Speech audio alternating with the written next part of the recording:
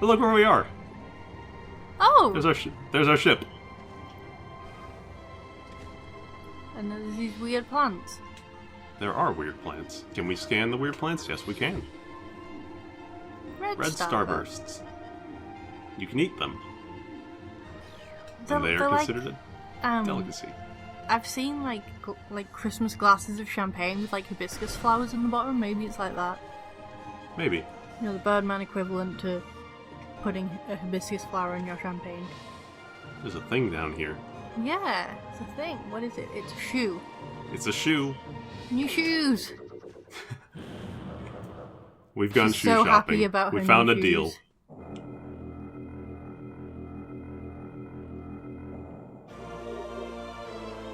Oh. We get the space jump boots. Oh, we got rocket boots. No, but we do have double jump. This is super useful. I was so as you might imagine. Like so, Space Jump is actually a game that came, or not a game, an item that comes from the previous games in the series. However, in the 2D games, it gives you infinite jumps instead of a double. Obviously, I think you can imagine that infinite jumps in a game like this would be impossible. Yeah, you'd reach the skybox. You'd reach the skybox, and, well, as we may or may not see in the sequence break run, you can get yourself out of the skyboxes. Yeah, it would break the progression as well. The ship, like, from the front, looks like it's got a face. From this side? Yeah. This is the back. Oh. But it does look... It looks like a frog nugget. Of course. Well, I mean, the ship does have a face from this side. A goo. Ship-chan is so kawaii desu. Oh, dear. Oh, dear. Hint system is taking us away. We gotta go back to the ice planet. The hint system is telling us area. to stop with this silliness and get back to the game. Before we go in the ship, there's a secret tunnel down here that has a missile. Secret tunnel. Also a good video game name, maybe. Anyways, take the ship. Oh, bye. I was going to say I have to go, my home planet needs me, but this is her home planet. For now, at least. Oh, actually, no, this is not, this isn't where she was born and raised or anything like that. This is just one of the planets that they happen to go on. Oh, okay. Yeah. The planet that she was raised on is actually the one that, was featured in Super Metroid and the original. Oh, okay. Mm-hmm. So her home planet at one point did need her. Yes. But it doesn't anymore, because she saved it or something. I cannot actually remember, like, the plot of Super Metroid in so much as I don't think I cared, because I was angry. There really isn't. It's one of those games, you know, where the plot was really, really thin. Yeah, the plot it's just an was... excuse to do this stuff. Yeah, the plot was you are here, shoot mans. The plot was there is a Metroid that's been stolen. It's the last one in the galaxy. Ridley took it. Go get it back because it's dangerous. Some dudes over here.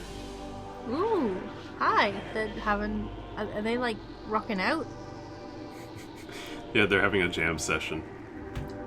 Well, let's not interrupt their jam session. Maybe we can sneak around them. Yeah.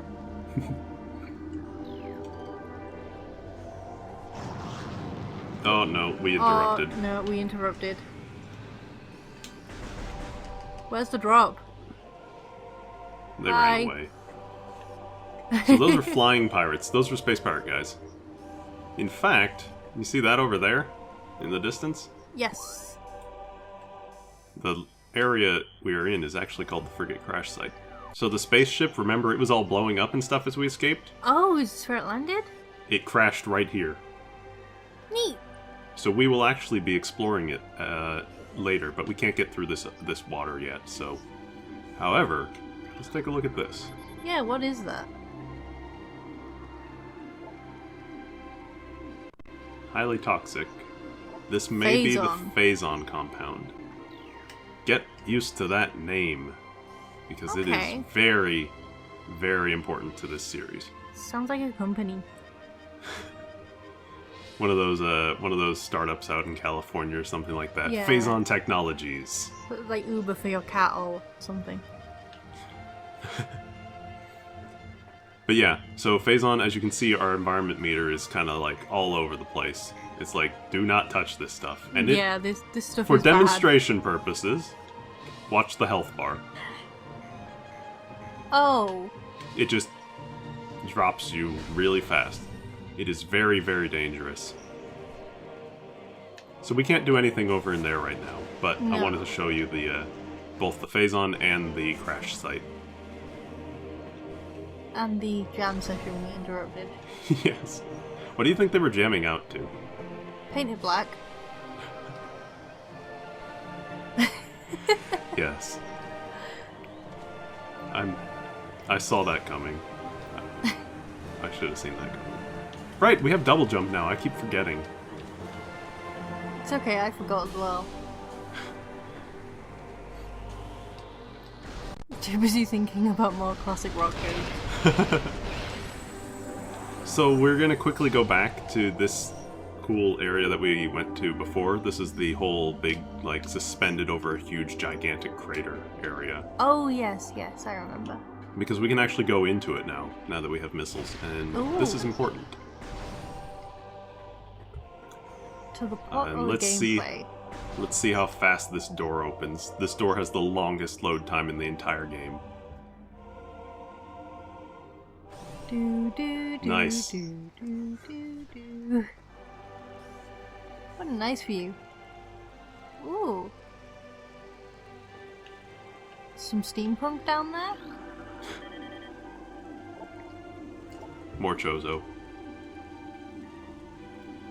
They love statues. Yeah. Their statues house their biggest secrets and powers. And that's actually true, because in like Super Metroid and other games, a lot of your power-ups are held in the hands of Chozo statues. Oh yeah, those weird, like, Little birds, those bird statue Yeah. things, yeah. So those are Chozo statues, and they usually hold power-ups. neat! Yeah. I learned a thing. I've learned many things today.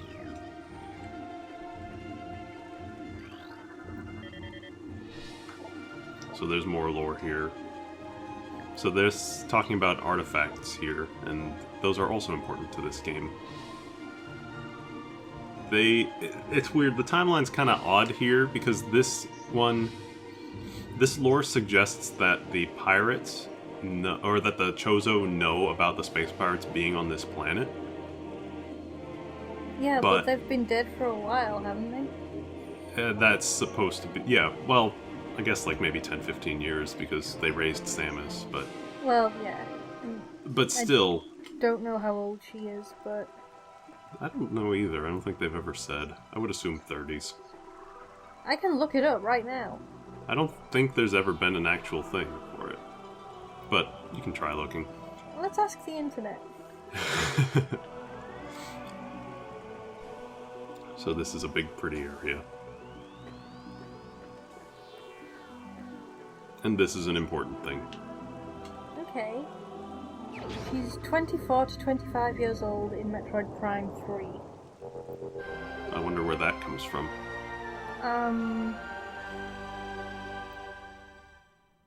Oh well. I mean, I'm not Anyways. going to read this out in a recording. Yeah. But I'll tell you when we're done. I might post Okay. it in the thread. So we just picked up a Chozo artifact. Okay. This is the first of 12. Collect it, scan the totems here, and you will get clues to where the rest of them are. We need all 12 to get to the center of the impact crater. Okay. So that fills out the 5th part of our logbook. Yes, it does. Every Oh, no. time we get a artifact and we bring it back to this area, we will receive some more hints. So we can actually scan these parts and we get artifact data. Ooh. And I won't read them out right now, but they will basically I'm give us sure hints. it'll, like, spoil, like, locations. No, not as much, as it's not too useful to us at this point. Just because we can't go to a lot of the locations, and we can reference these hints at any time. Okay. Also, according to this thing that I'm reading, the most recent game in the timeline is Metroid Fusion, which takes place in roughly 2087, making Samus 31 to 32 years old currently. Okay. I'm sure somebody out there who is more of a fan of the series than I am has figured all this stuff out, but I wasn't aware there were any references to actual timeline and stuff like that in Yeah, according to the games. Thing I'm reading, they actually know the year of her birth. She's going to be born in 40 years from now. Man, we're gonna make some major advances in technology. Yeah.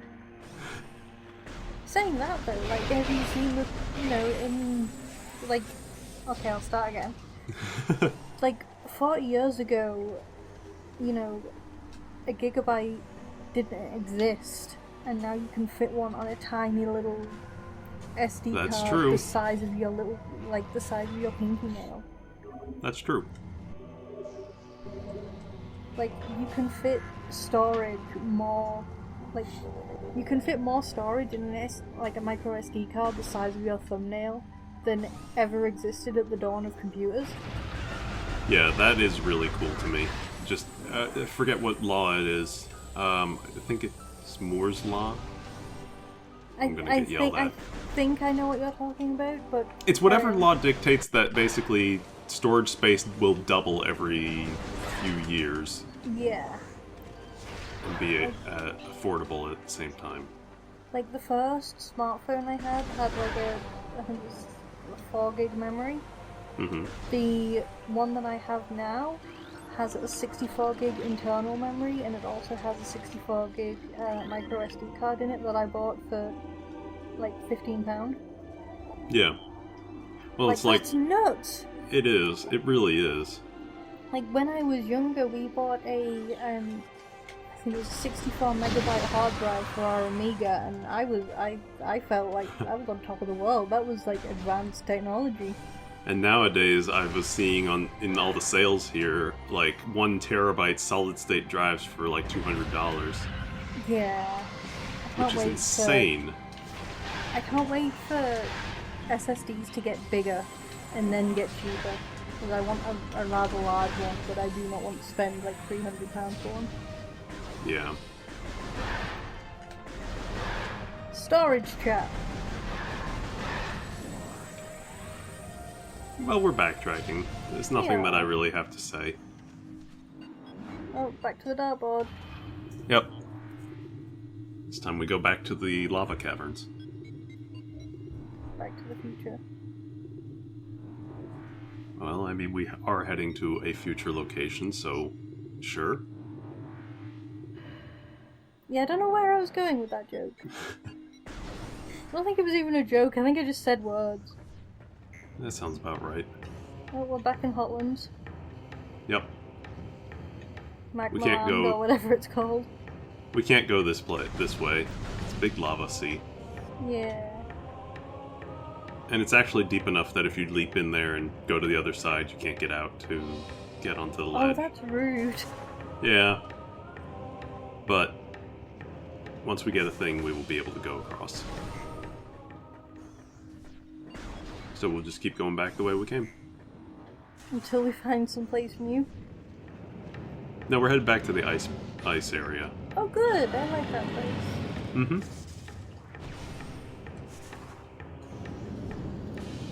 Watch out for the fire jets above. Yep. Turns out fire is bad. Yep. Hi, fire dingus.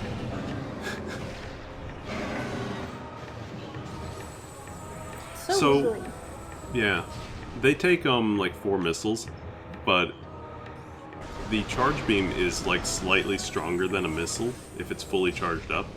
So you can use a combination to make them take less hits or something like that. Oh, I bet You just can't fire charge beams as fast. Oh, I was going to say, is that a speed run? Is that like a thing you can use in speed runs? But if it's not as fast, then... Yeah, it's handy. Charge beams can get really powerful. Precarious missile positioning there. But, yeah, I think in speedruns they like to use that little quick missile trick where you fire a whole bunch of missiles.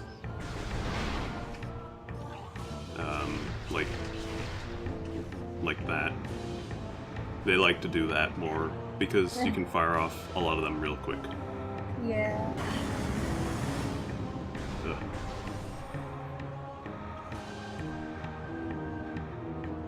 Oh, right.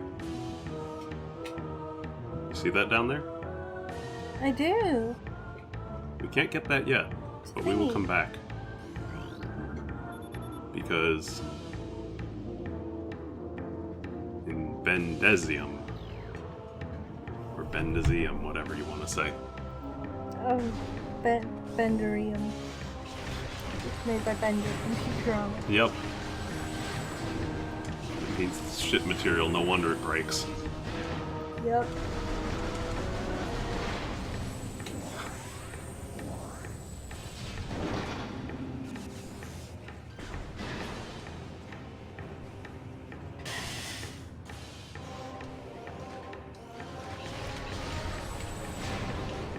This music's really catchy.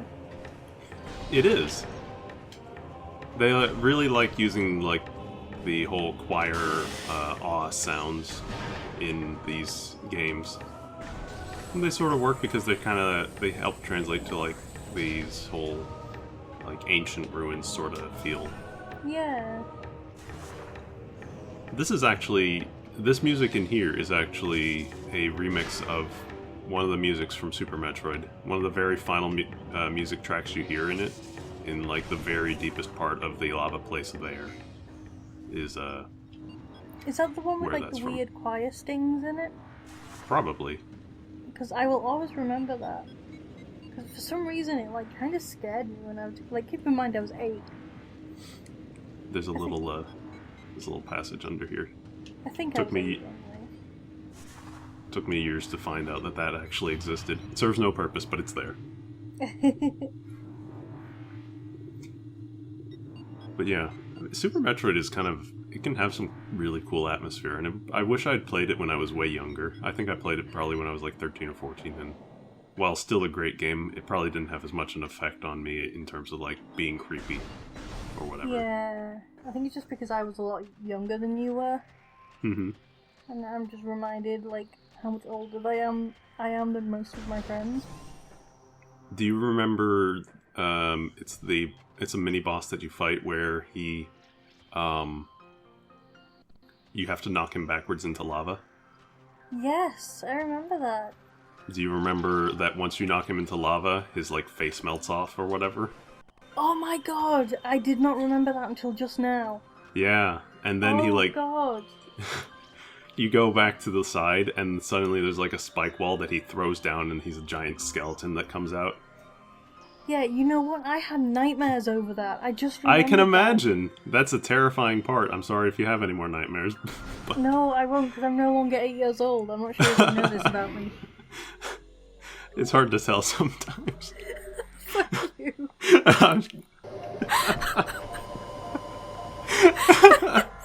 This LP is finished. I quit.